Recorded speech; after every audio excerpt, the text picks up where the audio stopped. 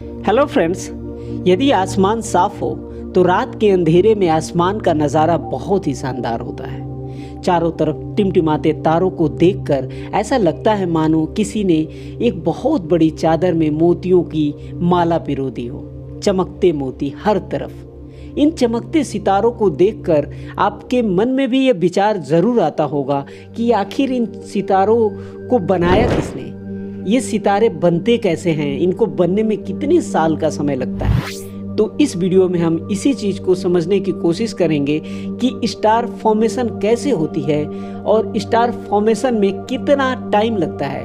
तो चलिए मिलकर सीखते हैं। सितारे के जन्म को समझने से पहले हमें नेबुला के बारे में समझना होगा। नेबुला ये वही जगह है जहाँ पे सितारों का जन्म होता है।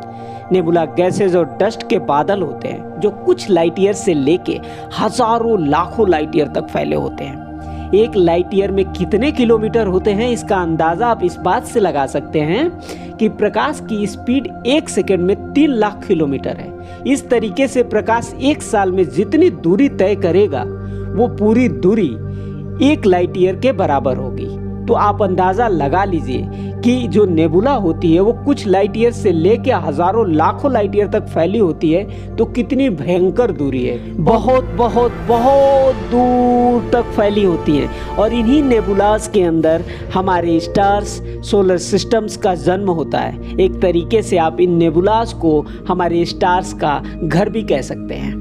तो चलिए, आप सबने नेबुला के बारे में समझ लिया होगा, आपको आइडिया लग गया होगा कि एक्चुअल में नेबुला क्या होता है। अब समय है स्टार फॉर्मेशन को समझने की। जैसा कि हमने पहले बताया, नेबुला बहुत सारे गैसेज और डस्ट के बादल से मिलकर बना होता है। जब कोई तारा या पिंड नेबुला के पास से होकर गुजरता है या किसी कारण नेबुला के किसी हिस्से में 2 पिंड आपस में टकराते हैं, कोई हलचल होती है या कोई विस्फोट होता है, तो इसके कारण बहुत सारी तरंगें निकलती हैं, भयंकर लहरें बनती हैं और नेबुला के उस हिस्से में टाइम स्पेस बैंड पैदा हो जाता है। इस चीज़ को आप कुछ इस तरीके से समझ सकते हैं कि जब एक हवा में तनी हुई चादर के बीच में कोई भारी चीज़ रख दे तो वो ग्रेविटी के कारण बैंड हो जाता है, और जब हम कोई चीज़ उस क्षेत्र में डालते हैं तो वो सारी चीज़ उस भारी चीज़ के पास जाकर इकट्ठा होने लगती है। एक स्टार के फॉर्मेशन के लिए ये 3 चीज़ ज़रूरी होती है। पहली ग्रेविटी, दूसरी गैसेस, हाइड्रोजन और हीलियम, तीसरा टाइम।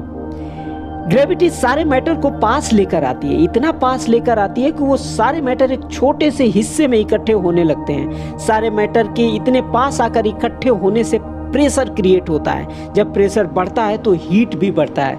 ये सिंपल लॉ ऑफ केमिस्ट्री है। हजारों करोड़ों साल तक ये प्रोसेस चलता ही रहता है। मैटर उस छोटे से हिस्से में इकट्ठा होता रहता है। ग्रेविटी बढ़ती जाती है और ग्रेविटी बढ़ने से प्रेशर बढ़ता है, प्रेशर बढ़ने से हीट बढ़ती जाती है। डस्ट पार्टिकल्स क्लाउड के उस छोटे से हिस्से में लगातार इकट्ठा होते रहने से धीरे धीरे उसका साइज, डेंसिटी और प्रेशर बढ़ने लगता है, और प्रेशर बढ़ने से हीट भी एक्सट्रीम लेवल तक बढ़ने लगती है। ये प्रोसेस 5 से 10 लाख साल तक लगातार चलता रहता है। जब इसके कोर का टेम्परेचर 5 से 7 मिलियन केल्विन तक पहुंच जाता है तो शुरू होता है न्यूक्लियस फ्यूजन। यहीं से न्यू बॉर्न स्टार के जन्म की शुरुआत होती है। थोड़े समय बाद इसके कोर का टेम्परेचर 15 मिलियन डिग्री सेंटीग्रेड तक पहुंच जाता है, और इस टेम्परेचर पर सारे पार्टिकल्स, गैसेस एक दूसरे में फ्यूज होने लगते हैं और स्टार मोर ब्राइटर ब्राइटर होने लगता है, बहुत ज़्यादा चमकीला। जस्ट लाइक दैट एक सितारे का जन्म होता है। उम्मीद करता हूं कि आपको स्टार फॉर्मेशन का पूरा कॉन्सेप्ट समझ आया होगा। शुरू से लेके एक एक स्टेप मैंने बताने की कोशिश करी है, और ये वीडियो आपको इसके फॉर्मेशन को समझने में काफ़ी हेल्पफुल रही होगी। ऐसी ही मज़ेदार और इंटरेस्टिंग वीडियो को देखने के लिए हमारे चैनल को लाइक से सब्सक्राइब कीजिए। हम मिलेंगे नेक्स्ट वीडियो में। Thank you so much.